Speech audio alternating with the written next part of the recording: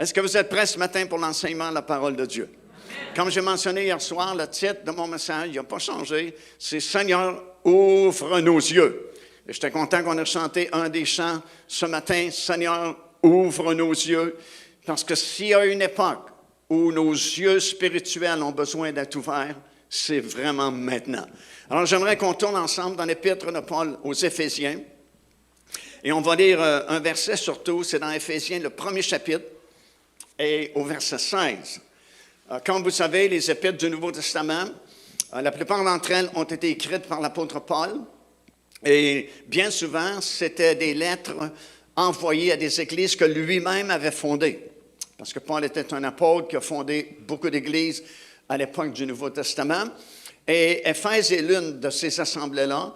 Et Éphèse, c'est vraiment l'église ou l'assemblée la plus spirituelle de toutes les églises que nous retrouvons dans notre Bible. On sait que les Corinthiens, c'était l'église la plus charnelle. En fait, Paul dit, j'aurais aimé vous donner de la nourriture solide, de la viande de la parole de Dieu, mais je suis encore obligé de vous donner du lait seulement parce que vous n'êtes pas capable d'assimiler la viande profonde de la parole du Seigneur parce que, dit-il, vous êtes charnel. Parce qu'en effet, dit-il, c'est plein de divisions au milieu de vous, il y a de la jalousie, et ainsi de suite. Alors, Corinthe, c'est une des églises les plus charnelles du Nouveau Testament, mais les Éphésiens est une des églises les plus spirituelles, les plus avancées du Nouveau Testament également. Et même à cette assemblée-là, à cette église-là, Paul va faire cette prière. Et la prière que nous allons lire dans quelques instants, c'est bon non seulement, ou c'était bon non seulement pour les Éphésiens, mais c'est bon pour nous aujourd'hui aussi. Parce que Dieu ne change pas, sa parole est la même aujourd'hui comme elle était il y a 2000 ans passés. Alors, si c'était bon pour les Éphésiens, c'est bon pour les gens de Rimouski. Amen. Alors, Éphésiens, chapitre 1, verset 16, Paul dit ceci, « Je ne cesse de rendre grâce pour vous, faisant mention de vous dans mes prières, afin que le Dieu de notre Seigneur Jésus-Christ, le Père de gloire, vous donne un esprit de sagesse et de révélation dans sa connaissance, et qu'il illumine les yeux de votre cœur pour que vous sachiez. » Déjà, c'est des belles paroles. Ça veut dire que nous pouvons recevoir un esprit de sagesse et de révélation dans la connaissance de Dieu. Et nous pouvons recevoir l'illumination de nos yeux spirituels, comme l'apôtre Paul dit ici, qu'il illumine les yeux de votre cœur afin que vous sachiez. Sachiez quoi? Ben, il mentionne 3 choses dans les versets suivants. Premièrement, que vous sachiez quelle est l'espérance qui s'attache à son appel. Deuxièmement, afin que vous sachiez quelle est la richesse de la gloire de son héritage qu'il réserve aux enfants de Dieu, aux saints. Et troisièmement, afin que vous sachiez quelle est envers nous qui croyons. Est-ce qu'il y a des gens qui croient ici ce matin? Amen. Alors, ça dit, envers nous qui croyons, l'infinie grandeur de sa puissance, se manifestant avec efficacité par la vertu de sa force. Juste dans ce passage-là, tu as du matériel pour enseigner pendant des semaines et des semaines de temps. Mais ce matin, juste pendant quelques minutes, on veut examiner au moins le premier point. Première chose que nous avons besoin de voir, quelle est l'espérance qui s'attache à son appel. Et pour vraiment bien comprendre l'espérance qui est attachée à notre appel, parce que la plupart, j'imagine, des gens ici ce matin, dans cette réunion, vous êtes déjà sauvés. OK, merci pour ce faible amen. On dit que vous n'êtes pas certain vraiment si vous êtes sauvés. Est-ce qu'il y a des gens qui sont sauvés ici ce matin? OK. Alors, non seulement vous savez que vous êtes sauvés, mais si vous êtes sauvés, c'est parce que vous avez été appelés. Le Seigneur vous a choisi, comme on a chanté. Vous avez été appelés et vous savez ce matin que vous êtes sauvés. Alléluia. Mais beaucoup de gens qui savent qu'ils sont sauvés parce qu'ils ont été appelés, ignorent qu'il y avait une espérance attachée à cet appel-là. Et Paul dit, il va falloir que vos yeux spirituels soient illuminés, ouverts, pour que vous puissiez comprendre l'espérance qui était attachée à votre appel. Autrement dit, tu ne peux pas séparer l'appel de l'espérance parce que l'espérance est attachée avec ton appel. C'est comme quand tu attaches une feuille de papier à une autre feuille de papier avec une trombone. Ils sont inséparables parce que la trombone tient les deux pièces de papier.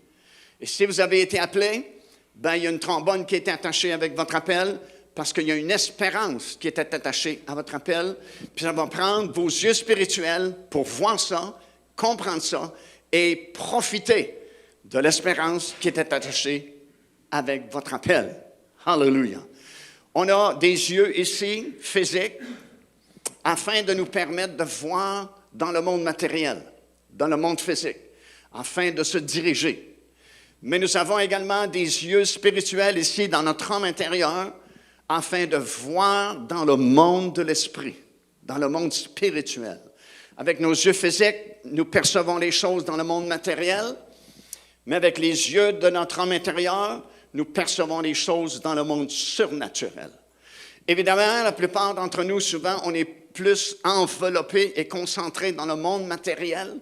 On vit plus pour les choses physiques, les choses matérielles, mais en réalité, on devrait voir davantage avec nos yeux spirituels pour voir le monde invisible. Alléluia.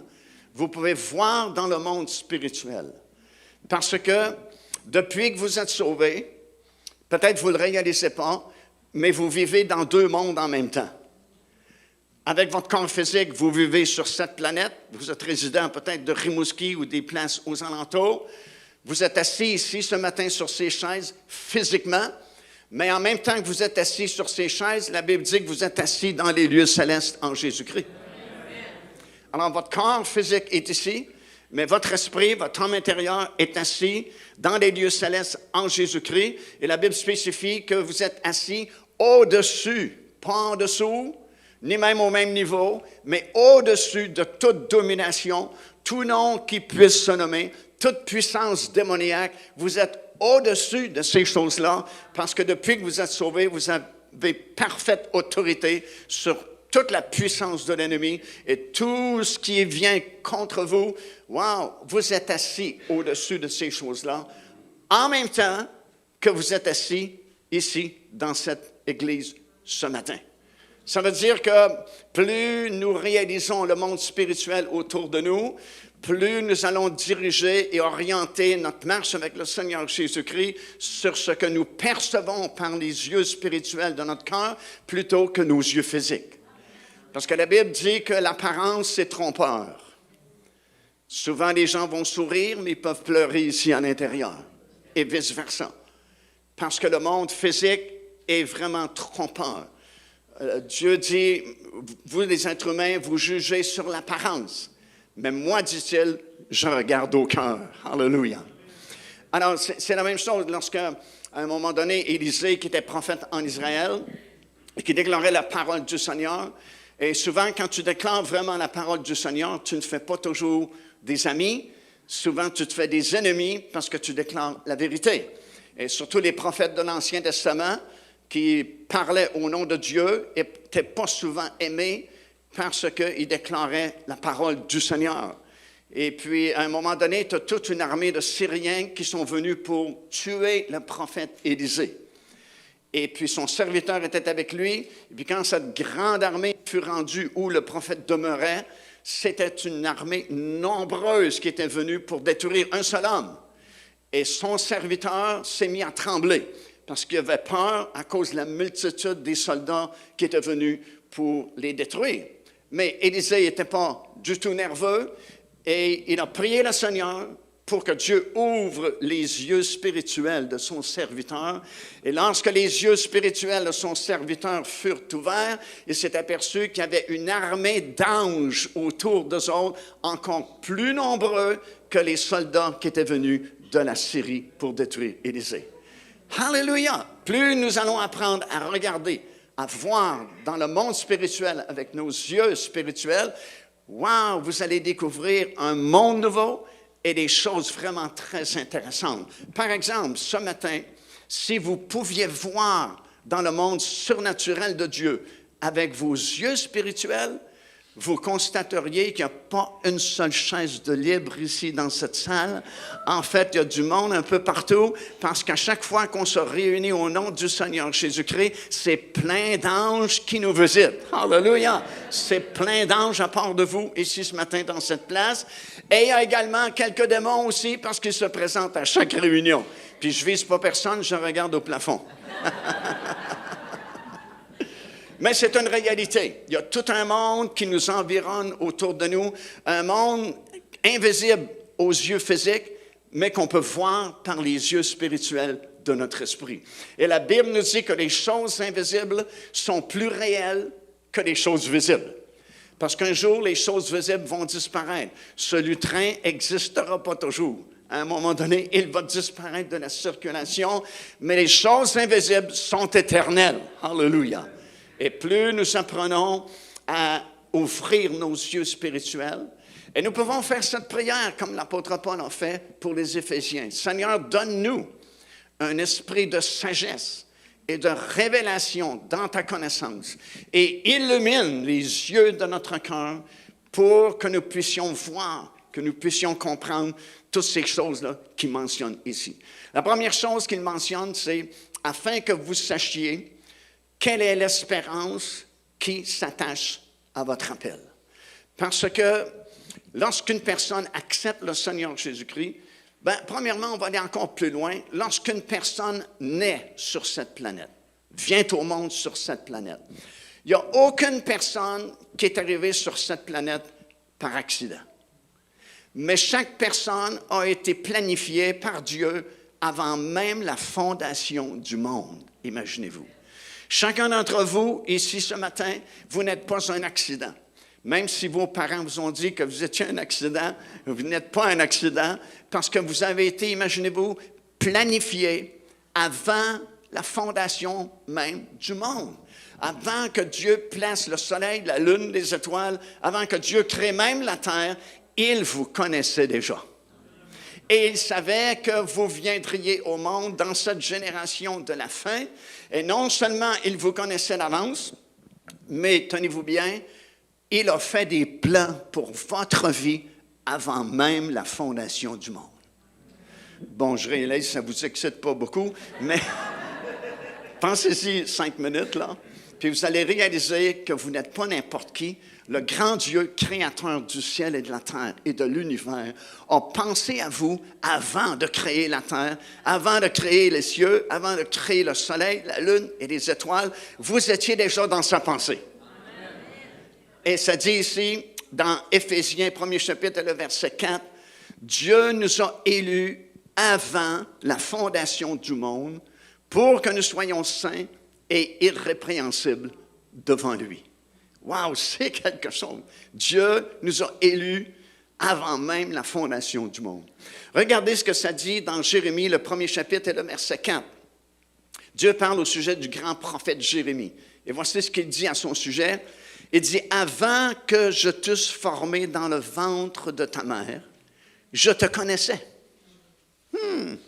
Ça veut dire, avant même que vous soyez conçus dans le ventre de votre mère, Dieu vous connaissait. Vous n'existiez pas encore, mais Dieu vous connaissait déjà. Et il dit à Jérémie, avant même que je t'eusse formé dans le ventre de ta mère, je te connaissais. Et avant que tu fusses sorti de son sein, je t'avais consacré. Je t'avais établi prophète des nations. Wouh! Écoute, avant même la fondation du monde, Dieu savait qu'un jour, ce bébé-là serait conçu dans le ventre d'une maman. Et lorsque le bébé sortirait de son sein, Dieu avait déjà consacré cet homme-là, cet enfant-là, et avait déjà fait le plan qu'il deviendrait un prophète et qu'il prophétiserait à de nombreuses nations. Wow! Dans le psaume 139 et le verset 16, ça dit ceci, « Quand je n'étais qu'une masse informe, tes yeux me voyaient, et regardez bien, sur ton livre étaient tous inscrits tous les jours qu'ils m'étaient destinés avant qu'aucun d'eux existât. » Wow! Ça veut dire encore une fois, avant la fondation du monde, Dieu vous connaissait déjà. Il avait déjà fait des plans pour votre vie. Ces plans-là étaient écrits dans un livre et il dit ici que dans ce livre-là était même inscrit le nombre de jours que vous auriez à votre disposition dans votre vie. Alléluia! Ça veut dire que si vous êtes sauvé ce matin, votre vie est vraiment entre les mains de Dieu et personne ne peut toucher à ça parce que c'est écrit dans votre livre. Le livre était écrit avant la fondation du monde. Il vous concerne, vous personnellement, concerne les actions et les œuvres qui ont été préparées d'avance pour vous pour que vous puissiez les pratiquer. Et même le nombre de jours que vous allez vivre était déjà décidé avant la fondation du monde. Alléluia! Ça veut dire que quand vous êtes né, vous aviez déjà une date d'expiration. Et la date était déjà écrite dans ce livre-là qui avait été écrit à votre sujet. Et nous réalisons par ces versets-là que non seulement Dieu connaît toutes choses, et vous savez, ce n'est pas un problème pour Dieu de connaître toutes choses parce qu'il est omniscient, omniprésent, omnipotent, il connaît toutes choses, il peut faire toutes choses. Et ce n'est pas un problème pour lui de parler à 10 000 ans en avance, parce qu'il est Dieu, il est l'alpha et l'oméga, le commencement et la fin. Il connaît la fin depuis le commencement. Pour lui, il n'y a pas de surprise. Quand il vous voit vivre, c'est comme s'il regarde un film pour une deuxième fois. Quand tu vois un film une deuxième fois, c'est moins surprenant, parce que tu as déjà vu le film. Et Dieu a déjà vu le film de votre vie, alors vous ne le surprenez pas, parce que pour lui, il connaît la fin de l'histoire avant même que l'histoire commence. Il connaissait déjà la fin de votre vie avant même qu'il crée le monde, comme nous avons lu dans la parole du Seigneur. Et vous avez plusieurs exemples que vous pouvez trouver dans la Bible de l'omniscience de Dieu, comment Dieu connaît toutes choses par avance. Par exemple, dans le livre du prophète Ésaïe. Le prophète Ésaïe va prophétiser comment Dieu va utiliser un non-croyant, un non-juif, pour bénir son peuple qui était alors en captivité à Babylone. Babylone est tombée, comme vous savez, parce que les Perses et les Mèdes sont venus et ont renversé le royaume babylonien, et c'est eux qui étaient à la tête des nations du monde.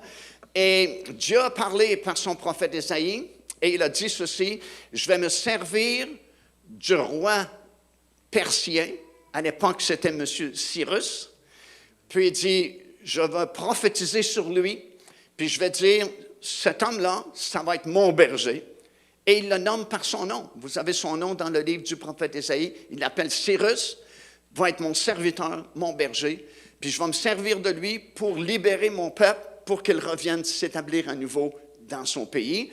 Et non seulement il prophétise son nom, mais il dit, voici ce qu'il va déclarer, que Jérusalem soit restaurée et que le temple soit reconstruit. Parce qu'à l'époque, quand Nabuchodonosor est entré en Israël, qui était roi de Babylone à l'époque, non seulement a-t-il détruit la ville de Jérusalem, mais il avait détruit le temple aussi. Mais Dieu se sert d'Ésaïe pour prophétiser qu'il va soulever un homme du nom de Cyrus. Remarquez, il l'appelle par son prénom, Cyrus. Et il va déclarer que Jérusalem soit reconstruite, que le temple soit rebâti et que le peuple sorte de la Perse puis revienne s'établir en Israël. Ça, vous avez ça dans les chapitres 40 quelques du prophète Ésaïe. Le seul problème avec ça, c'est que M. Cyrus n'existe pas encore au moment où Ésaïe va prophétiser cette parole. Ça va même prendre à peu près 150 ans avant que Cyrus vienne au monde.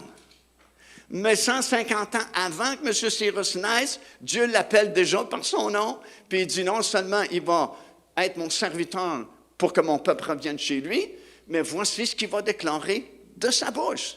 Écoute, il y a seulement Dieu qui peut faire une chose semblable, parler au sujet d'un homme qui n'existe pas encore.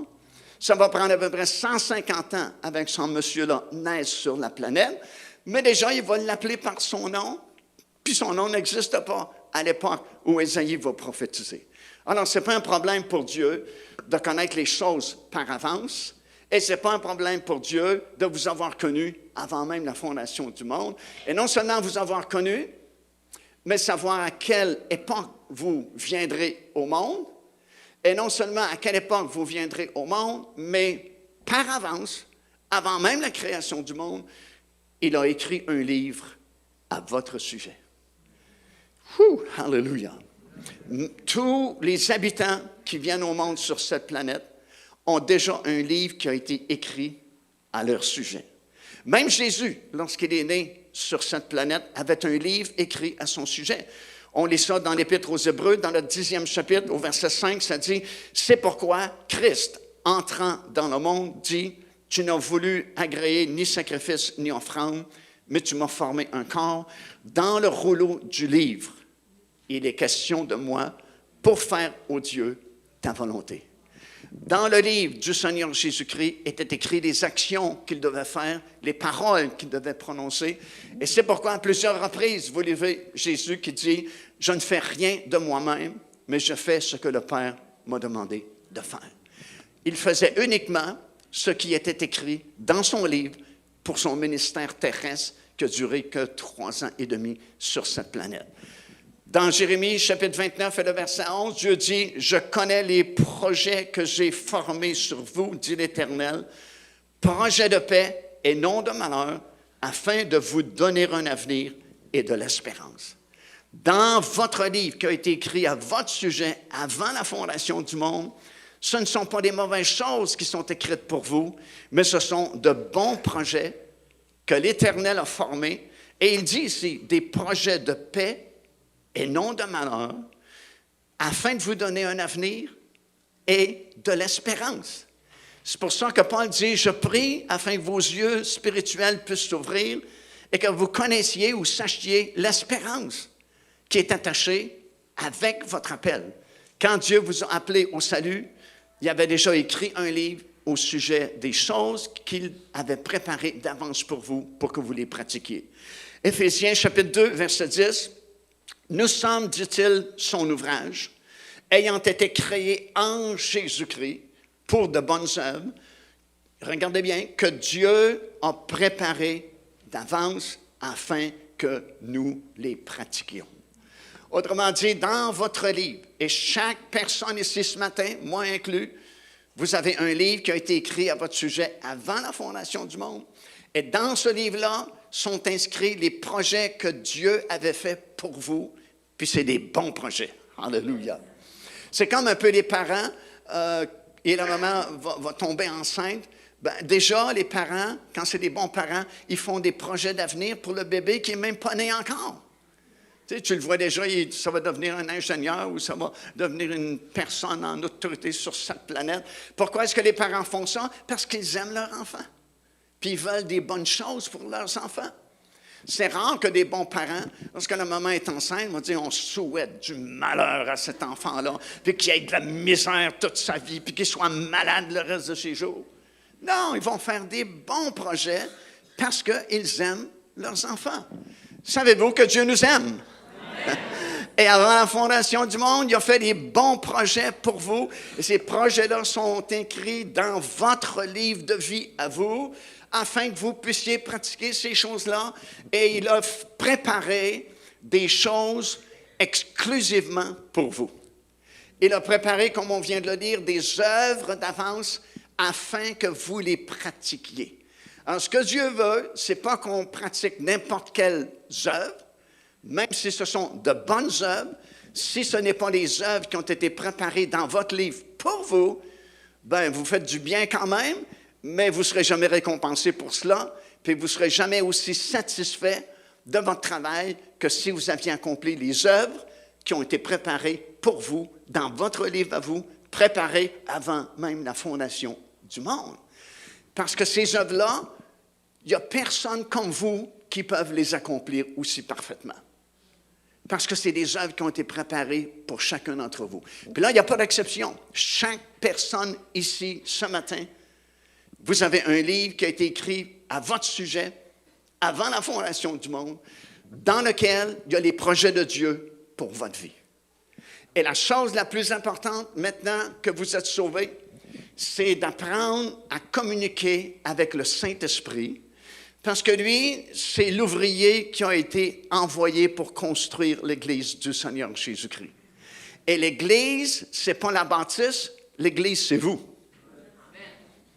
Souvent, on dit, dimanche matin, on s'en va à l'église. Non, non, non, non. L'église s'en va au bâtiment. Dans cette construction-là, ce n'est pas une église. C'est juste une bâtisse. L'église, c'est vous. Là où 2 ou 3 sont réunis en mon nom, je suis au milieu d'eux. L'église, tu peux avoir juste 2 ou 3 personnes, mais Jésus est là. Tu peux en avoir 500 personnes, 5 000, 10 000 personnes. Ça, c'est l'Église. L'Église, c'est vivant. C'est comme le Père, c'était un ingénieur de l'Église. Jésus-Christ, c'était le contremaître qui est venu chercher un permis de construction sur cette planète. Le Saint-Esprit, c'est l'ouvrier qui est envoyé pour bâtir l'Église. Et vous êtes les matériaux de construction, les pierres vivantes qui forment un édifice spirituel qui s'appelle l'Église du Seigneur Jésus-Christ. Alléluia! Donc, c'est vous, l'Église. Et des plans ont été faits pour chacun de vous afin que vous les pratiquiez. Et chaque personne ici, comme j'ai commencé à dire ce matin, vous avez un livre qui vous concerne. Il y a des œuvres qui ont été préparées expressément pour vous. Et la chose la plus importante depuis que vous êtes sauvés maintenant, c'est d'avoir cet esprit de sagesse et de révélation dans sa connaissance. Et que les yeux de votre esprit, les yeux de votre cœur soient ouverts par la révélation de Dieu, afin que vous puissiez voir et discerner les choses qui ont été préparées pour vous. Et le Seigneur, comme je viens de mentionner, a envoyé le Saint-Esprit. Le Saint-Esprit, c'est une personne divine. Ce n'est pas juste une influence. Une grande portion de ce qu'on appelle l'Église ne croit pas au baptême du Saint-Esprit et ne croient même pas que le Saint-Esprit soit une personne. Beaucoup de chrétiens pensent que le Saint-Esprit, c'est juste une bonne influence. Mais ce n'est pas une chose, le Saint-Esprit, c'est une personne. Puisque la Bible dit qu'on peut l'attrister. Si on peut l'attrister, c'est qu'il y a des émotions. Si quelque chose a des émotions, c'est plus une chose, c'est une personne. Parce qu'un poteau n'a pas d'émotion. Je peux dire à un poteau, tu es vraiment laid. Ça ne le dérange pas. Parce qu'il n'y a pas d'émotion. Il ne comprend pas ce que je dis. Je peux lui dire n'importe quoi.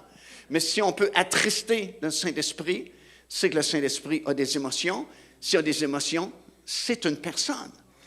Et cette personne-là a été envoyée avec les devis, les plans de construction de votre vie. Autrement dit, le Saint-Esprit, parce qu'il est Dieu, lui aussi connaît le commencement et la fin, puis il connaît la fin avant même que tu commences. Alors, il connaît toutes choses, et il est venu sur cette terre parce qu'il a été envoyé sur cette terre. Vous savez, les apôtres dans la chambre haute ont obéi au Seigneur, du moins 120 à peu près ont obéi au Seigneur. Et puis, au matin du jour de la fête de la Pentecôte, il y a eu ce vent impétueux qui a soufflé dans la chambre haute, et le Saint-Esprit est descendu sur chacun d'eux, et en eux, ils ont été baptisés du Saint-Esprit, se sont mis à parler en d'autres langues. Et sur ces 120 disciples qui étaient là, ils ont commencé à entretenir une relation, une communication avec le Saint-Esprit. Et c'est pourquoi c'était si important pour le Seigneur de dire à ses disciples de ne pas quitter la ville de Jérusalem tant et aussi longtemps qu'ils n'étaient pas baptisés du Saint-Esprit. Parce que le Seigneur savait ce qu'il faisait.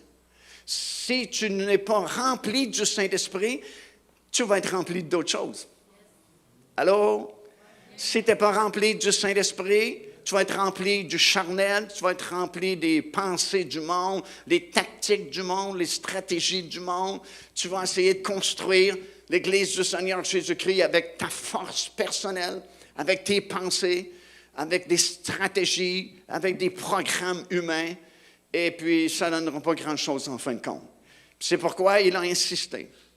Il a dit, ne quittez pas la ville de Jérusalem avant d'être revêtu de l'onction du Saint-Esprit, parce que lui, le Saint-Esprit, c'est l'ouvrier qui a été envoyé avec tous les plans de votre vie. Personnellement, chaque personne ici ce matin, le Saint-Esprit connaît ce qui est écrit dans votre livre de vie qui a été écrit pour vous avant la fondation du monde.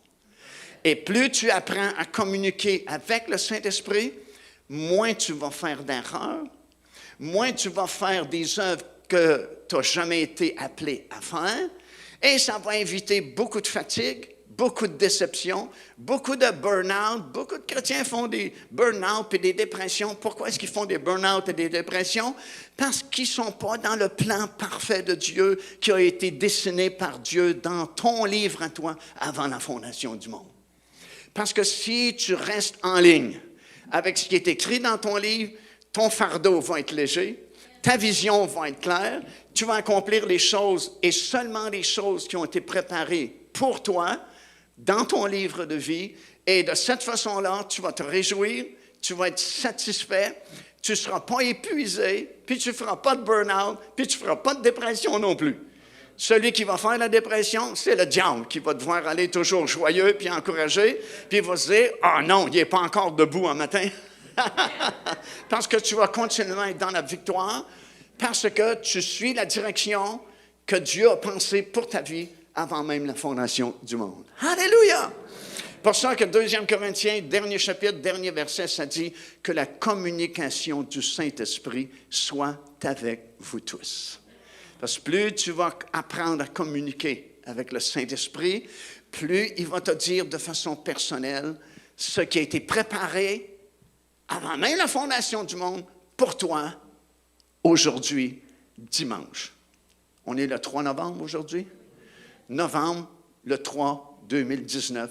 Le Saint-Esprit sait ce qui a été préparé pour vous dans votre livre de vie. Et si tu apprends à communiquer avec le Saint-Esprit, il va te diriger aujourd'hui. Puis ça devient très personnel. Puis ça devient très pratique et facile à suivre parce qu'il va te dire « Non, ne va pas là. Oui, tourne à droite. Parle à telle personne. » Puis ça va devenir passionnant de vivre ta vie chrétienne parce que tu la vis selon les projets que Dieu avait fait pour toi avant la fondation du monde. Projets qui sont écrits dans ton livre. Parce que toute personne qui vient au monde sur cette planète, Dieu a écrit un livre à son sujet avant la fondation du monde. Comme par exemple pour ma propre vie, ce qui était écrit dans mon livre de vie principalement, c'est qu'un jour je devais devenir un prédicateur de la parole du Seigneur. Et c'est la dernière chose au monde que j'aurais pu penser faire. Honnêtement, je n'étais vraiment pas fait pour être un prédicateur de la parole du Seigneur. Parce que jeune, j'étais une personne très gênée. Je n'aurais jamais été capable de parler devant un public de toute ma vie parce que ce n'était vraiment pas ma personnalité. Mais je n'ai rien à voir avec ça parce que dans mon livre de vie, avant même la fondation du monde, sous le nom Mario Massicotte, parce que Dieu savait que je serais appelé Mario Massicotte, et dans mon livre, en haut, c'est écrit Mario Massicotte, et la principale préoccupation de Dieu, c'était de créer des circonstances dans ma vie pour me conduire à cet appel-là qu'il avait placé sur ma vie de prêcher sa parole. Alors, je vous dis ça parce que l'appel de Dieu, qui a été fait avant la fondation du monde, ça ne correspond souvent pas à vos habiletés personnelles. Souvent, ça ne correspond pas du tout avec votre personnalité. Ça ne correspond pas du tout avec vos talents naturels. Mais Dieu sait ce qu'il fait. Puis souvent, il fait ça à dessein pour pas qu'on s'appuie sur nos connaissances personnelles, pour pas qu'on s'appuie sur nos talents naturels que nous avons, mais qu'on se sente toujours un peu dépourvu, puis qu'on crie toujours pour qu'on se fie sur le Seigneur pour pourvoir aux besoins. Et quand on a accepté le Seigneur Jésus-Christ il y a plusieurs années, mon épouse et moi, on était les seuls dans notre famille qui acceptaient le Seigneur. Et puis, honnêtement, je n'ai jamais pensé, même imaginé, qu'un jour, je prêcherais la parole de Dieu. En fait, c'est exactement le contraire qui est arrivé. Parce que, comme vous savez sans doute, quand votre pasteur David Chassé, on a accepté le Seigneur Jésus-Christ dans l'église de Saint-Hyacinthe. Et puis, à l'époque, c'était le pasteur Samson, que plusieurs peut-être avaient connu à l'époque. Et puis, lui, il avait une drôle de façon de diriger l'assemblée. Tous les nouveaux qui acceptaient le Seigneur devaient un jour conduire les chants et un jour donner une première prédication. Puis à l'époque où on acceptait le Seigneur, ce n'était pas comme aujourd'hui, il y avait beaucoup de réunions dans la même semaine. Il y avait le dimanche, bien sûr, dimanche matin et le dimanche soir, mais il y avait aussi le mardi soir, réunion de la semaine. Le jeudi soir, c'était la réunion de jeunesse. En plus, il y avait 2 réunions de prière par semaine, une le samedi soir, puis une le mardi dans la journée pour les dames. Alors, les chrétiens étaient vraiment très occupés à l'église pendant toute la semaine. Et la plus petite réunion, c'était celle du jeudi soir, parce que c'était la jeunesse. Puis à l'époque, il y avait peut-être juste 25-30 jeunes qui participaient à la réunion de jeunesse. Alors, quand un nouveau était appelé la première fois pour conduire les chants ou pour donner un premier message, évidemment, il ne commençait pas avec les grandes réunions du dimanche, il commençait avec la plus petite réunion le jeudi, de façon à ce que si tu faisais une gaffe, ben c'est moins pire parce qu'il y a juste 25-30 personnes. Alors, mon tour est venu de conduire les chants un jeudi soir, et puis je me suis préparé, j'ai conduit les chants, et puis on ne m'a plus jamais redemandé. Alors, j'ai compris que je n'étais pas appelé conducteur de chant, mais ça ne me dérangeait pas parce que je ne suis pas musicien, puis je n'avais jamais fait de projet de conduire les chants non plus. Alors, j'ai dit, wouh, une affaire de régler, c'est correct. Mais mon tour est venu de donner un premier message. Et on m'a demandé un jeudi soir, encore une fois, de donner un premier message. Et je ne sais pas s'il y a des gens ici ce matin qui ont déjà donné un premier message dans leur vie, mais crois-moi, c'est du travail de préparer pour la première fois un message que tu vas donner devant des gens. Parce que les gens, ils te regardent tous. Pour vous, c'est bien parce qu'il y a juste une personne ici en avant. Mais la personne qui est en avant, elle voit plusieurs personnes, plusieurs visages. Et tous les visages ont au moins 2 yeux. Ça fait beaucoup de monde. Alors, j'ai préparé un premier message, puis j'ai transpiré, comprends-tu? Quelqu'un a dit un jour, il n'y a pas d'onction sans transpiration. Je le croyais à cette époque-là, parce que c'est de l'ouvrage, préparer un premier message. Et puis, j'ai préparé mon premier message, j'avais des notes, et des notes, et des notes, et des notes.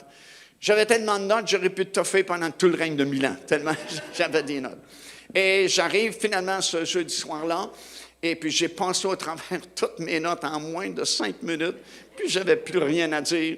Et puis je me suis dit, wow, c'est fini, ma carrière elle commence puis elle se termine en même temps. Parce que je savais que personne n'avait compris ce que je viens de prêcher, parce que moi-même, je n'avais rien compris de ce que j'ai prêché. Mais je me suis dit, c'est pas grave, parce que je n'ai pas fait de plan non plus pour devenir un prédicateur. Alors, je ne serai pas un conducteur de chant, puis je ne serai pas un prédicateur non plus de la parole de Dieu.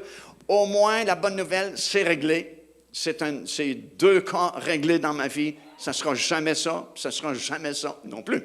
Mais à ma grande surprise, le pasteur m'a invité une 2e fois à prêcher un autre jeudi soir. Puis là, je ne comprenais pas, parce que c'était vraiment mauvais ce que j'avais donné. Mais j'obéis, tu sais, des nouveaux, c'est ça, obéis, le pasteur demande, puis tu obéis. Je prépare une autre fois des messages, des notes, des notes, et des notes, et des notes. Et c'est aussi mauvais que la première fois. Puis je pense qu'il m'a fait ça une 3e fois. Mais là, je lui ai dit, pasteur, j'ai dit, écoutez, c'est gênant pour moi, c'est humiliant. J'ai dit, là, même si vous me demandez encore une fois, je vais vous dire non, parce que je ne suis vraiment pas appelé à prêcher. Ce n'est pas mon appel du tout. Puis c'est vraiment un fiasco à chaque fois que je l'ai fait. S'il vous plaît, ne me demandez plus pour prêcher. Et le pasteur dit, d'accord, je comprends. Je ne t'inviterai plus jamais à prêcher. Ce n'est pas ton appel. Et à cette période-là, on était quand même assez nouveaux, chrétiens à l'Église. Il y a des gens qui nous ont dit, est-ce que vous voulez venir aux États-Unis? Pendant toute une semaine, c'est un camp meeting avec des bons prédicateurs. Puis on ne savait même pas c'était quoi vraiment un camp meeting à l'époque. Puis on a dit oui, mon épouse et moi, puis on est partis avec ce couple-là. Puis c'était dans l'État de New York, à Sherburne, New York, pendant toute une semaine. Il y a à peu près 2500 personnes à chaque réunion. Puis d'excellents prédicateurs. Puis on mangeait sur place, il y avait une cafétéria, puis à chaque fois, après les réunions, on allait manger avec beaucoup de monde autour de nous. Et puis on a commencé à se faire des amis, des connexions. Puis vers la fin du camp meeting, en sortant de la réunion le matin, puis se dirigeant vers la cafétéria pour manger, il y a une dame qui nous croise, mon épouse et moi. Puis elle me dit en anglais, elle s'adresse à moi, puis elle me dit, « T'es-tu un prédicateur? » Oh, j'ai dit, non, madame, I'm not a preacher, je ne suis pas un prédicateur.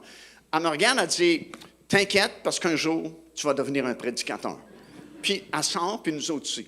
Là, je dis à ma femme, j'ai dit, c'est-tu de valeur, pauvre dame, de se tromper comme elle vient de se tromper? si elle connaissait mon histoire, on a réglé ça une fois pour toutes avec le pasteur de l'Église. Il ne m'invitera jamais plus à prêcher parce que définitivement, ce n'est pas mon appel. J'ai dit, c'est quand même de valeur, pauvre dame, de se tromper comme cela. Quand le camp meeting s'est terminé, puis qu'on revient vers Saint-Hyacinthe, je ne sais pas comment que ça s'est fait, mais dans mon cœur, tu sais, on parle des yeux de notre cœur, de notre esprit. Dans mon esprit, c'est comme il y a un feu, un désir intense pour prêcher la parole de Dieu. Puis là, je ne comprends pas parce que je dis, Seigneur, on a réglé l'affaire à Saint-Hyacinthe. C'est évident, je ne suis pas appelé à prêcher ta parole. C'est quoi ce désir-là, ce feu-là? Et quand on est revenu à la maison, pendant les premiers jours, ce feu-là ne part pas. Il y a ce désir intense de prêcher la parole de Dieu. Et je ne sais pas quoi faire avec cela. Puis là, j'ai dit, Seigneur, je vais mettre un signe devant toi. Si c'est vraiment de toi, puis que tu m'appelles à prêcher ta parole, malgré que les 2 ou 3 fois que j'ai fait, c'était vraiment un fiasco, permets que le pasteur me rappelle, puis qu'il m'invite à nouveau à prêcher la parole de Dieu. Tu sais, c'est comme quelque chose d'impossible, parce que c'est réglé avec le pasteur, il ne m'invitera plus jamais. Bien sûr, comme vous vous en doutez sans doute, le lendemain, le téléphone sonne à la maison. C'est pasteur Samson. Avec sa grosse voix, il avait toujours une grosse voix rauque, puis il dit « Frère Massicotte. » Oui. Il dit « Je t'appelle parce que je veux t'inviter à prêcher encore une fois. » J'ai dit « Ah, vous voulez m'inviter à prêcher? » Il dit « Oui, il dit, c'est ce que le Saint-Esprit m'a dit. » Oh, j'ai dit « Si c'est le Saint-Esprit, qui suis-je pour m'opposer au Saint-Esprit? » Alors, j'ai dit « Oui, parce que pour moi, comprenez-vous, c'était une réponse. Là. J'ai dit « Oui, d'accord. » J'ai dit « Quand voulez-vous que je prépare un message? » Et je me suis attendu à ce qu'il me dise jeudi prochain ou jeudi dans 2 semaines, parce que c'est la plus petite réunion. On commençait tous là. Puis, tu sais, il y avait, comme je dit, beaucoup de réunions. Et surtout le dimanche, surtout le dimanche matin, c'était la grande réunion. Quelquefois, on avait des invités, puis même c'était rare que les invités prêchaient le dimanche matin, parce que le dimanche matin, tout le monde était là.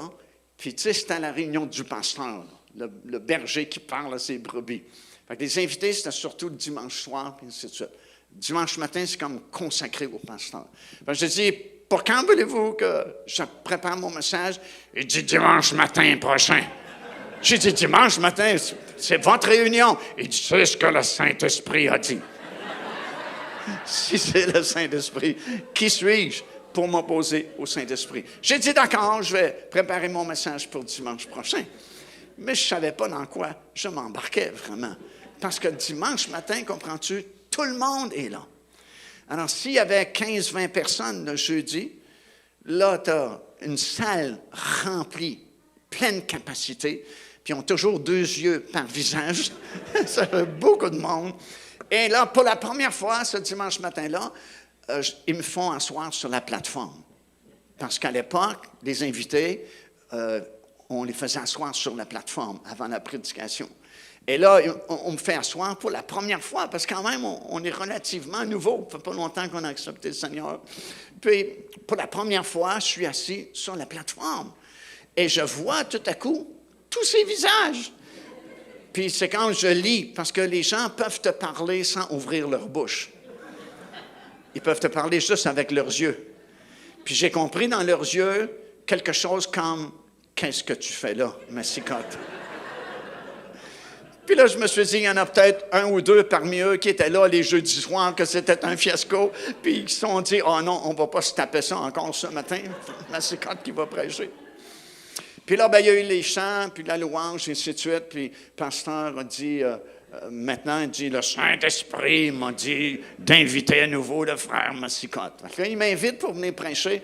Puis là, tu sais, tu ne veux pas y aller parce que tu es pris, là, c'est public. Tu sais, je me dis, j'aurais jamais dû continuer cette affaire-là. Puis je veux m'en aller chez nous, puis je peux pas. Alors, je me rends derrière le pupitre, puis là, je dis, Seigneur, c'est mieux de marcher. C'est mieux de fonctionner. Parce que là, c'est la grande assemblée. Puis si je n'avais plus de carrière le jeudi soir, puis je fais un autre fiasco ici, c'est sûr que je descends de 15 étages dans le séjour des morts. Alors, je commence à prêcher, puis comme mon habitude, parce que je ne connais pas d'autres choses à l'époque, j'ai préparé mes notes. J'ai des notes, et j'ai des notes, et j'ai des notes, et j'ai des notes. Je peux tenir longtemps. Et puis, je commence à prêcher, et rapidement, je me rends compte que c'est aussi mauvais que les quelques jeudis que j'ai prêchés. Et quand un prédicateur déjà est mélangé dans ses notes, c'est vraiment pas comique pour lui, parce que là, il est comme pris, puis tu sais plus quoi dire. Et là, je me suis fait une promesse à moi-même. Et je me suis dit, Massicotte, tu t'es fait avoir. C'était pas le Seigneur qui t'appelait, c'était juste des émotions, parce que tu as passé une semaine de réunion intense matin et soir dans un camp meeting avec des prédicateurs de grande expérience, puis tu es revenu avec un goût, mais ce n'est pas le Seigneur qui t'appelle, parce que regarde, c'est encore un fiasco ce que tu fais. Puis là, je me fais une promesse à moi-même. Tu sais, c'est curieux des fois ce que les prédicateurs pensent pendant qu'ils sont en train de vous prêcher la parole du Seigneur. Et je me dis, Massicotte, c'est la dernière fois que tu montes sur une plateforme pour prêcher la parole de Dieu. Là, c'est évident, c'est clair, c'est radical, tu n'es pas appelé, ce n'est pas ta place. Et au moment où je me fais cette promesse de plus jamais me tenir derrière un pupitre pour prêcher la parole du Seigneur, pour la première fois de ma vie, j'ai ressenti l'onction du Saint-Esprit pour prêcher la parole de Dieu. Et la meilleure façon que je peux vous le décrire, c'est comme s'il y avait quelqu'un au-dessus de moi avec un énorme chaudron rempli d'huile tiède qui déversait cette huile sur moi. Et c'est comme si je ressentais cette huile qui coulait depuis le sommet de ma tête jusqu'à la plante de mes pieds. Et soudainement, c'est plus Mario Massicotte tout seul qui prêche, mais c'est l'onction du Saint-Esprit qui me transporte littéralement. Parce que la première chose que je réalise, c'est que je suis libéré du lutrin. Parce que jusqu'à présent, dans les 2 ou 3 premiers messages que j'ai faits, je n'osais pas dépasser la droite et la gauche du lutrin. Je me tenais ici. Mais là, je me rends compte que, wow, je suis libéré du lutrin, puis je suis en train de me promener sur la plateforme pour prêcher un message que je n'avais pas préparé. C'était plus mes notes. Puis je me disais en prêchant, « Wow, c'est bon ce que je dis! » C'était l'inspiration du Saint-Esprit. Et j'ai livré le message, et puis je savais que c'était vraiment de Dieu, parce que c'était pas moi vraiment qui prêchais. Oui, c'était moi qui ouvrais ma bouche, mais c'est vraiment poussé par le Saint-Esprit. Puis j'ai eu une confirmation vraiment étonnante, parce que dans notre église à Saint-Hyacinthe, on avait un frère qui était toujours assis à la même place. Je pense qu'il avait acheté la chaise. Chaque réunion, il est assis toujours à la gauche du prédicateur, toujours dans la même chaise. Puis c'était un bon frère, un bon serviteur de Dieu, mais tu sais, une personne qui n'a jamais d'émotion. Son visage ne trahit rien, là. On ne sait pas s'il pleure ou s'il rit. Il a toujours le même visage implacable.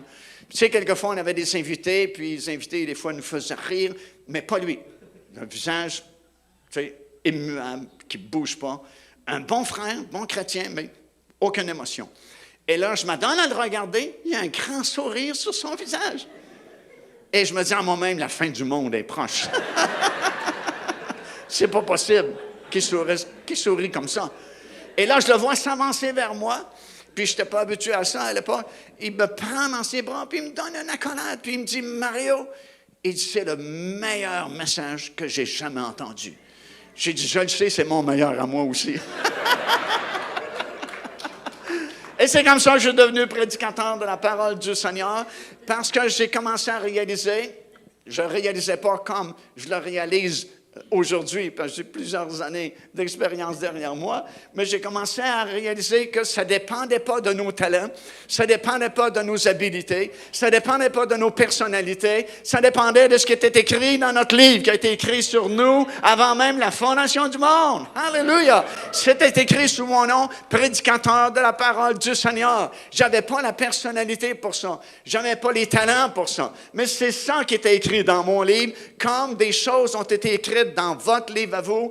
Et peu importe quelle est votre personnalité, peu importe quel est votre degré d'instruction, peu importe la richesse ou la pauvreté que vous avez, si vous communiquez avec le Saint-Esprit, si vous obéissez à la direction qu'il vous donne, il va vous diriger dans les choses qui ont été écrites dans votre livre pour vous. Alléluia! À la gloire du Seigneur. Alléluia! Laissez-moi terminer avec ceci. Le secret, c'est d'apprendre à communiquer avec le Saint-Esprit. Laissez-vous diriger par le Saint-Esprit. À un moment donné, l'apôtre Paul, qui était un grand apôtre, grand missionnaire, peu de temps après sa conversion, a voulu aller évangéliser en Asie mineure. L'Asie mineure, aujourd'hui, ça s'appelle la Turquie. Et c'est un peu compréhensible parce que c'était son origine. Il venait de cette région-là. Et avec ses compagnons de voyage, dont Luc et Timothée, qui était un nouveau converti à l'époque, ils sont partis, une équipe d'évangélisation vers l'Asie. Et dirigés par le Saint-Esprit, ils se rendent compte que tous les endroits où ils veulent témoigner le nom de Jésus, ça ne marche pas. Et vous lisez ça, c'est dans Actes des Apôtres, chapitre 16. Ils veulent aller en Bithynie, puis le Saint-Esprit ferme la porte. Ils veulent se rendre dans un autre endroit. Le Saint-Esprit ne leur permet pas d'évangéliser cet endroit-là. Puis c'est difficile à comprendre, parce que la grande commission, c'est d'aller par le monde entier et prêcher la bonne nouvelle à toute la création. Mais à chaque endroit où ils veulent aller en Turquie ou en Asie mineure, comme ça s'appelait à l'époque, le Saint-Esprit ferme la porte. Et tu vois qu'ils ont de la difficulté à comprendre la direction du Saint-Esprit et ils vont se diriger dans un endroit qui s'appelle, encore aujourd'hui, Traos. Et Traos est situé juste sur le bras de mer qui sépare l'Europe de l'Asie. Et là, ils vont passer la nuit. Et puis, durant la nuit, comme vous savez, Paul a eu une vision, puis un Macédonien qui lui est apparu. Ce n'est pas une salade là, de fruits, c'est la Macédoine, c'est la Grèce. Parce que la Grèce est juste de l'autre côté, puis c'est l'Europe qui commence de l'autre côté de ce bras de mer-là. Alors, il y a un Macédonien qui lui apparaît et il dit « Passe ici nous secourir ».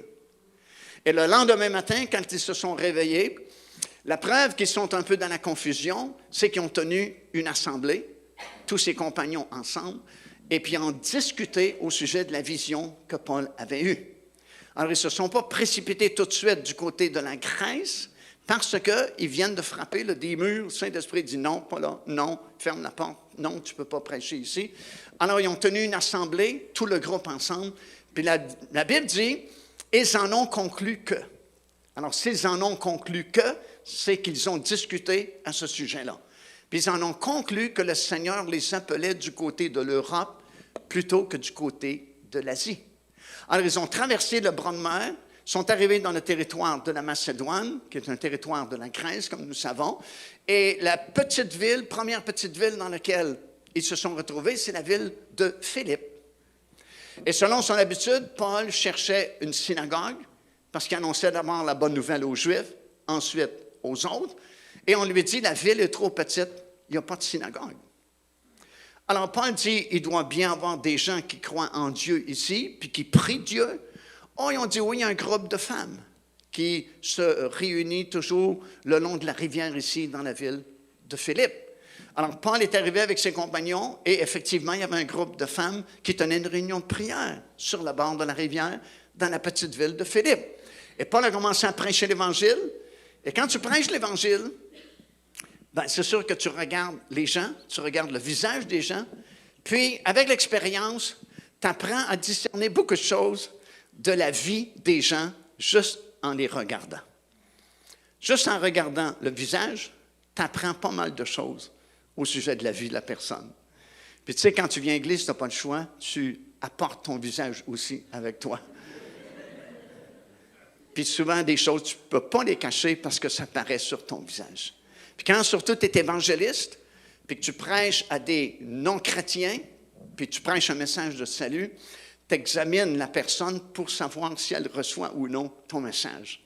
Est-ce qu'elle comprend ce que tu es en train de prêcher? Puis c'est comme une déformation professionnelle, si vous voulez. Tu étudies la réaction des gens, tu vois, tu devines quasiment d'avance s'ils vont accepter le Seigneur ou non, d'après leur réaction sur leur visage. Et Paul a discerné qu'il y avait une de ces femmes en particulier qui était vraiment intéressée au message qu'il prêchait. Et effectivement, elle a accepté le Seigneur Jésus-Christ. C'était la première convertie du côté européen. C'est une femme qui a été la première convertie en Europe. Son nom est Lydie. Et je vous le donne en mille, cette personne-là, c'était une businesswoman, une femme d'affaires, qui voyageait pour les affaires. Elle vendait de la pourpre et elle venait de Thyatire, là où Paul voulait aller évangéliser en Asie, puis que le Saint-Esprit dit non, tu t'en vas du côté européen plutôt que du côté de l'Asie. Et la première convertie du côté de l'Europe, c'est une femme qui vient de l'Asie, de la ville de Thyatire, Madame Lydie, qui a été la première convertie en Europe. Mais ça, tu apprends ça juste en obéissant et en marchant dans les choses que Dieu a préparées d'avance pour toi. Si tu restes assis, tu viens aux réunions juste le dimanche matin, tu n'apprendras pas grand-chose de la direction du Saint-Esprit. Mais si tu obéis à ce que tu ressens, que le Saint-Esprit te montre, et que tu obéis, oui, tu vas faire des erreurs comme tout le monde, mais au travers de ces erreurs-là, tu vas discerner de plus en plus c'est quoi la voix du Saint-Esprit et tu vas faire de moins en moins d'erreurs parce que le Saint-Esprit va te diriger.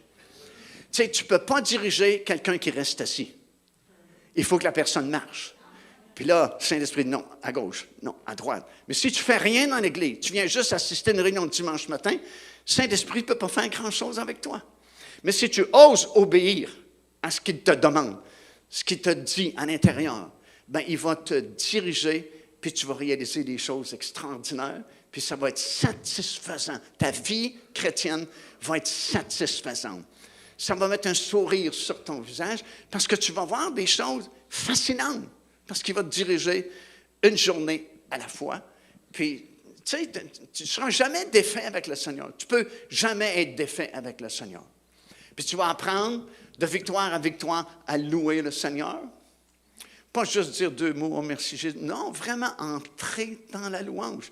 Communiquer avec le monde surnaturel de Dieu. Vraiment être sérieux, louer avec, pas juste nos lèvres, mais notre cœur aussi rentre dans l'affaire. Il y a une puissance extraordinaire dans la louange.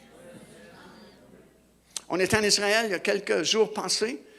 Puis, parmi nos voyageurs, il y avait un contracteur, un constructeur de bâtiments qui venait juste de se blesser, puis s'était défait la hanche avant de quitter pour le voyage en Israël. Et ça le faisait souffrir tellement qu'il avait, à la dernière minute, pensé d'annuler son voyage parce que c'était trop douloureux pour lui. Mais quand même, il est venu avec nous en Israël. Puis, la journée où on était à Kiryat Yarim, on était en train de partager comment David avait récupéré l'Arche de l'Alliance à Kiryat Yarim pour l'amener jusqu'au sommet de la montagne de Sion. Puis, on a eu un moment de louange extraordinaire. Tu sais, pas juste dire « Merci Jésus, Alléluia », mais vraiment entrer dans le monde surnaturel de la louange de Dieu. Tu sais, ça n'a pas besoin de crier, pas besoin d'être tapageur. C'est juste vraiment sincère, là. Tu sais, ton cœur est dans l'affaire. Puis Dieu travaille toujours avec notre cœur. Puis quand ton cœur est dans l'affaire, ça marche. Quand ton cœur est ailleurs, ça ne fonctionne pas. Mais cette journée-là, le cœur des gens était vraiment là, connecté avec Dieu dans un mouvement de louange là, extraordinaire. Puis je le voyais en avant, puis je savais qu'il se passait quelque chose dans sa vie parce qu'il était là, mais il n'était plus là, comprends-tu? Il était connecté avec le Seigneur. Puis effectivement, pendant qu'il louait le Seigneur, tout doucement, il y a comme une chaleur qui a traversé son corps, traversé sa hanche blessée, et il a été complètement guéri dans l'espace de quelques instants. Alléluia! La puissance de la louange. Ça marche toujours. Est-ce que vous me donnez encore 2 minutes? OK? Paul a décidé de rester parce que Lydie a invité tout le groupe, Paul, Luc, Timothée, à demeurer dans la maison qu'elle avait louée pour son commerce. Puis, à tous les matins, il partait de la maison puis s'en allait à la rivière pour faire des réunions. Puis là, il y a une jeune fille qui le suivait Paul, puis elle prophétisait. Elle disait, ces hommes sont des envoyés du Dieu très haut, ils viennent vous annoncer la voie du salut. Écoute, le message est parfait, mais la source était diabolique. Pour ça, c'est important de connaître le monde spirituel, que nos yeux soient ouverts aux choses éternelles, parce qu'on peut se faire avoir avec juste des paroles. Le diable peut inspirer des gens à dire des choses qui sont totalement vraies, mais la source est diabolique. Et c'était le cas parce que c'était une tireuse de bonne aventure qui était engagée par des hommes d'affaires pour prédire l'avenir des gens. Puis, quand tu es un enfant de Dieu, puis il y a quelque chose qui vient de l'ennemi, quelque chose de démoniaque, tu vas ressentir un malaise ici à l'intérieur. C'est quand c'est la vérité qui t'est prêchée, c'est comme ton esprit dit « non, donne-moi ça encore ». Mais quand ce n'est pas vraiment la vérité, il y a comme une irritation ici dans ton esprit. Des fois, tu ne peux pas mettre le doigt exactement sur l'erreur qui est prêchée, mais tu sais que tu es un peu mal à l'aise, tu es comme un froid ici à l'intérieur. Et c'est ça que Paul ressentait, c'est-à-dire qu'il était irrité dans son esprit. Pourtant, le message est bon. Ces hommes sont des envoyés du Dieu très haut, ils viennent vous annoncer la voie du salut. C'est exactement ce qu'ils sont et ce qu'ils font. Mais son esprit est irrité parce que la source n'est pas bonne.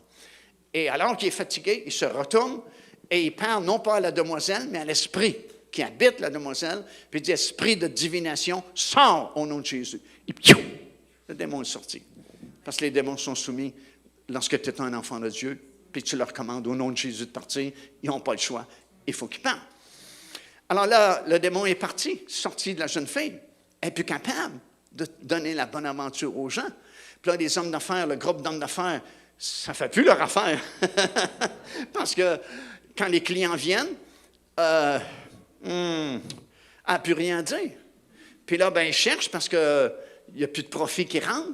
Puis ils demandent à la jeune fille des choses comme, est-ce qu'il s'est passé quelque chose d'inhabituel dans ta vie? Comment se fait que tu n'es plus capable de prédire l'avenir? Puis peut-être qu'elle dit, je ne sais pas, je ne comprends pas, il n'y a plus rien, plus d'informations qui viennent. Puis là, tout à coup, elle dit, ah oui, je prédisais l'avenir à un groupe d'hommes qui s'en allait au bord de la rivière. Et puis, je me souviens, un de ces messieurs s'est retourné, puis il a dit, esprit de divination sort. En fait, elle dit, c'est depuis ce temps-là qu'il n'y a plus d'informations qui viennent. Je ne peux plus prédire l'avenir. Alors, les hommes d'affaires ont dit, où sont ces hommes-là? Ils ont trouvé des hommes et ils ont jeter Paul et Silas en prison. Et en prison, au lieu de chialer, murmurer et se lamenter, comme probablement on aurait fait nous, on aurait dit, Seigneur, on fait ton œuvre, on fait des sacrifices pour toi, puis on se fait qu'on n'est pas au Hilton, on est en prison. Mais c'est des hommes de Dieu, et plutôt que de critiquer et de murmurer, ils se sont mis à louer le Seigneur et à chanter des cantiques. C'est quoi les cantiques à l'époque? C'était des psaumes qui sont dans votre Bible. Ils sont mis à chanter. Et quand tu loues le Seigneur, et je termine avec ça, prenez patience avec moi. Il me reste encore 1 minute et demie du 2 minutes que vous m'avez donné. Dieu ne peut pas résister longtemps à la louange. C'est un secret que je vous donne, là. S'il y a un pépin dans votre vie, il y a quelque chose qui ne marche pas, quelque chose qui ne tourne pas rond, au lieu de critiquer, murmurer. Plus vous critiquez, plus vous murmurez, plus le pépin va rester là longtemps. Le secret, c'est malgré le pépin, malgré l'épreuve, malgré la tribulation, ouvre ta bouche et loue le Seigneur. Je t'aime, Seigneur, je t'adore. Alléluia. Je sais que tu vas me délivrer. Oh, merci, mon Dieu, tu es bon. Alléluia, tu es grand. Dieu ne peut pas résister longtemps à la louange. Et il n'a pas résisté longtemps non plus quand ils se sont mis à chanter, parce que Dieu, c'est un Dieu qui aime les chants, qui aime la musique, et il a dû taper du pied quand il chantait dans la prison, puis il a tapé un peu trop fort, ça fait un tremblement de terre, et tous les chaînes des prisonniers sont tombées, et le gardien de prison dit, je veux m'enlever la vie, parce qu'il sait ce qu'il attendait par les Romains, et Paul dit, non, regarde, il dit, c'est surnaturel ce qui se passe, tous les prisonniers sont ici. C'est sûr que c'était surnaturel, puis la seule chose qu'un prisonnier souhaite quand il est en prison, c'est de se sauver de la prison. Puis là, il y aurait eu une occasion en or, parce que toutes les chaînes des prisonniers sont tombées, mais personne n'a bougé. C'est vraiment surnaturel. Et le geôlier voit cela, puis il a tombé aux pieds de Paul et Silas, puis il a fait cette fameuse question, « Seigneur, que faut-il que je fasse pour être sauvé? » Et Paul dit, c'est pas compliqué, crois au Seigneur Jésus et tu seras sauvé, toi toi et ta famille. Alléluia. Le gardien de prison a été sauvé. Il a emmené Paul et Silas chez lui à la maison. Il a invité toute la parenté. Paul a prêché l'Évangile. Ils ont tous accepté le Seigneur. Et vous savez quoi? C'était le fondement, la fondation, la création de l'Église des Philippiens dont vous avez l'Épître aux Philippiens dans votre Bible. C'est comme ça que l'Église a débuté, par un miracle qui s'est produit à cause de la louange de Paul et Silas. Alors, en terminant, on va se lever ce matin. Et puis, peu importe ce que nous traversons ici, écoute, comme on a prêché ce matin, il y a un livre qui a été écrit à ton sujet avant la fondation du monde. Et le seul souhait de Dieu, c'est que tu ne rates pas ce qui est écrit pour toi, parce que c'est des bonnes choses, des bons projets, des projets de paix et d'espérance qui sont écrits pour toi dans ce livre-là. Et la première chose qui est écrite dans chaque livre de chaque personne qui naît sur cette planète, c'est que Dieu crée des circonstances, crée des situations dans notre vie, avant même que nous soyons sauvés, pour que nous entendions prêcher l'Évangile du Seigneur Jésus-Christ. Parce que le premier projet qu'il a fait pour tout le monde, chaque personne, chaque individu qui vient au monde sur cette planète, le premier projet, c'est qu'il soit sauvé. Puis on n'a pas le temps ce matin, mais si je devais prendre votre témoignage, comment vous êtes venus à la connaissance du Seigneur Jésus-Christ, même si nos témoignages se ressemblent un peu tous, ils sont quand même tous différents l'un de l'autre. On a tous quelque chose personnel en particulier que l'autre n'a pas, parce que Dieu nous appelle de différentes façons, différentes manières, parce que c'est son premier projet pour vous. Parce qu'il ne peut rien faire d'autre tant et aussi longtemps que tu ne l'as pas accepté comme ton Seigneur et ton Sauveur. Donc, il y a des gens ici ce matin qui n'ont jamais donné leur vie au Seigneur Jésus-Christ. Faites le premier pas pour entrer dans votre livre d'œuvres, de projets merveilleux que Dieu a écrit pour vous. Il s'est donné la peine de penser à vous avant même la fondation du monde. Tu sais, est-ce que tu vois le mensonge du diable et de tous ces démons qui souvent veulent nous faire croire qu'on ne vaut rien, qu'on ne mérite rien, qu'on est bon rien? C'est tout à fait le contraire. Vous êtes des héros de la foi. Vous êtes des gens à qui Dieu a pensé avant même la fondation du monde. Tu sais, peut-être que le maire de Rimouski ne te connaît pas. Peut-être que les conseillers de la ville ignorent que tu existes ici à Rimouski. Mais avant même que le monde soit créé, Dieu avait pensé à toi. Il savait comment tu serais appelé. Il savait que tu vivrais dans cette région ici. Il savait que tu serais ici ce matin. Et même si tu es ici pour la première fois, Dieu déjà savait toutes ces choses-là. Puis il t'a conduit ici pour que tu entendes prêcher son glorieux évangile, pour que tu fasses le premier pas et que tu dises, je te crois et je t'accepte comme mon Seigneur, mon Sauveur. Et là, il y a un party inimaginable dans le ciel. Les anges se réjouissent parce que là, Dieu peut commencer à accomplir tous les autres bons projets qu'il a fait pour toi. Alors, j'aimerais qu'on ferme nos yeux, s'il vous plaît, pendant juste quelques instants. Et s'il y a des gens ici qui sont ici pour la première fois, ou peut-être ce n'est pas la première fois que vous venez à une réunion, mais vous n'avez jamais vraiment accepté Jésus comme votre Seigneur et votre Sauveur. Si c'est votre cas, ce matin, montrez-moi votre main, juste là où vous êtes. Oui, oui. Combien d'autres? Juste montrez-moi votre main. S'il y en a d'autres, oui, merci. Est-ce qu'il y en a d'autres?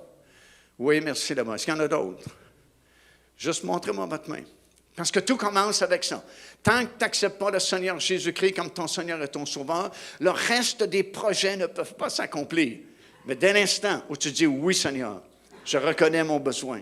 Je sais que je suis un pécheur et je t'accepte comme mon Seigneur et mon Sauveur. » Les autres projets vont suivre.